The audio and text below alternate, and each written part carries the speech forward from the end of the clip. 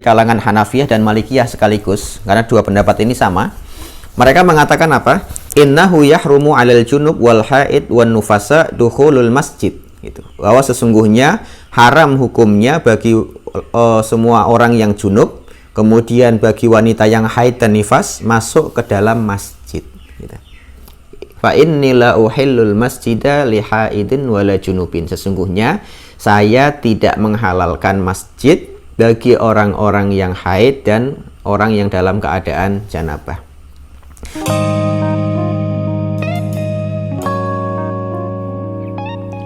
Assalamualaikum warahmatullahi wabarakatuh. Alhamdulillahirabbil alamin. Baik, teman-teman sekalian yang berbahagia, pada video kita kali ini saya masih akan membahas satu tema tentang hukum wanita haid masuk ke dalam masjid. Karena pada video kita sebelumnya tentang larangan-larangan bagi wanita haid, itu masih menyisakan sedikit pertanyaan bagi kaum wanita.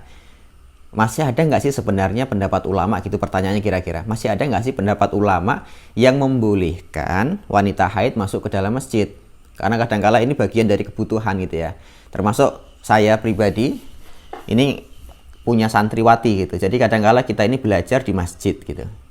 Nah, belajar di masjid itu tentu bukan hanya sekedar lewat, tapi memang benar-benar duduk gitu. Nah, yang seperti itu boleh enggak sih sebenarnya? Ada rukhsah enggak sebenarnya bagi wanita haid untuk duduk di dalam masjid gitu?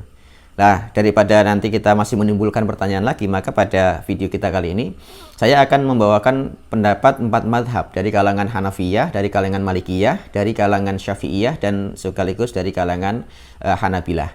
Pendapat ini saya baca dari kitab yang bernama Al-Mawsu'atul Fiqhiyah Al-Kuwaitiyah. Jadi pendapat ulama 4 mazhab ini kita kompromikan, kita bincangkan apakah ada dari keempat mazhab ini yang membolehkan wanita haid masuk ke dalam masjid.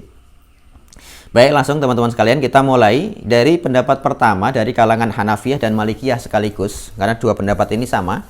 Mereka mengatakan apa? Innahu yahrumu 'alal junub wal haid wan nufasa dukhulul masjid, gitu. Bahwa sesungguhnya haram hukumnya bagi semua orang yang junub, kemudian bagi wanita yang haid dan nifas masuk ke dalam masjid, gitu.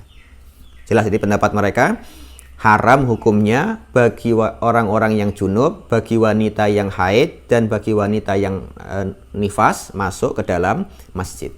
Pendapat mereka ini sesuai dengan hadis dari Ummul Mukminin Aisyah radhiyallahu anha yang juga pernah kita bawakan, fa inni la uhillul masjida li haidin wala junubin. Sesungguhnya saya tidak menghalalkan masjid bagi orang-orang yang haid dan orang yang dalam keadaan janabah. Itu potongan akhir hadisnya. Tapi sebenarnya hadis ini cukup panjang, berkenaan tentang satu peristiwa ketika Nabi Shallallahu alaihi wasallam datang ke masjid dan melihat sekeliling banyak rumah-rumah para sahabat beliau yang pintunya itu menghadap langsung ke arah masjid. Nah, pintu menghadap masjid itu memungkinkan akses masuk keluar rumah itu melewati dalam masjid gitu. Yang memungkinkan juga orang yang melewati itu pula dalam keadaan janabah gitu.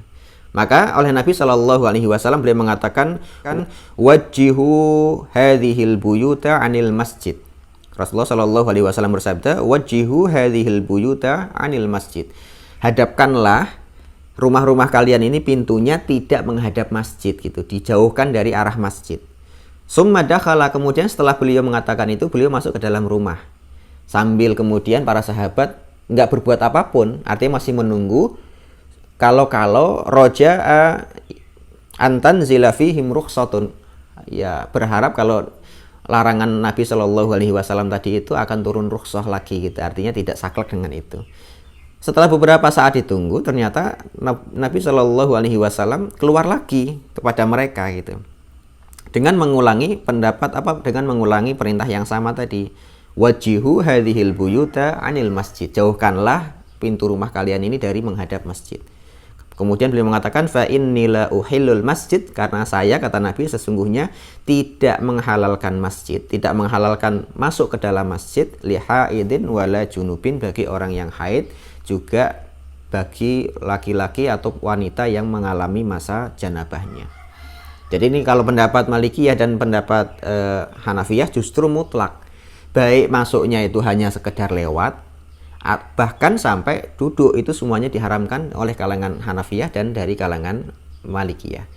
Kemudian pendapat yang kedua, ini dari kalangan Syafi'iyah dan dari kalangan Hanabilah. Mereka hanya mengharamkan yang dimaksud masuk ke dalam masjid yang terlarang itu adalah masuk dengan cara berdiam diri, al-muksu. Maka beliau mengatakan, yahrumu alaihimul muksu fil masjid. Haram hukumnya berdiam diri di dalam masjid. Maksudnya kalau berdiam diri itu berarti ya duduk, baik mendengarkan ceramah, baik sekedar istirahat. Pokoknya dalam tempo yang cukup lama kita anggap duduk lah, pokoknya itu dilarang. Namun bagi Syafi'iyah dan bagi Malikiyah hanya sekedar lewat saja itu tidak mengapa. Sebagaimana dalam sebuah hadis juga dari Aisyah radhiyallahu anha, suatu ketika Nabi Shallallahu alaihi wasallam meminta tolong kepada Ummul Mukminin Aisyah, istri beliau, dengan kalimat nawilni al-khumrah fil minal masjid. Tolong wahai Aisyah, ambilkan saya tikar di dalam masjid. Kemudian Aisyah radhiyallahu anha menjawab, inni haidun. Wahai Rasulullah, saya ini sedang mengalami haid gitu. Maka Rasulullah menjawab, inna haidotaki laisat biyadik. Karena sesungguhnya haidmu itu ya bukan, perkara haid itu bukan di tanganmu, artinya itu sudah menjadi sunatullah gitu. Artinya apa? Kalau hanya sekedar mengambilkan tikar atau hanya sekedar lewat, menurut hadis ini para ulama membolehkan seorang wanita haid hanya sekedar lewat, masuk sebentar, itu tidak mengapa. Ini pendapat kedua dari kalangan Syafi'iyah dan dari kalangan Hanabilah. Itu pun sebenarnya senada dengan firman Allah Subhanahu wa taala, a'udzubillahi minasyaitonirrajim, wala junuban illa abiri sabilin. Tidak juga bagi orang-orang yang janabah kecuali hanya sekedar lewat di dalam masjid saja.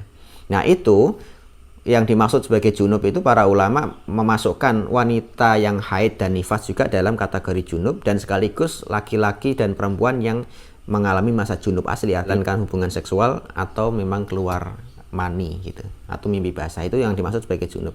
Wallahu a'lam bishawab.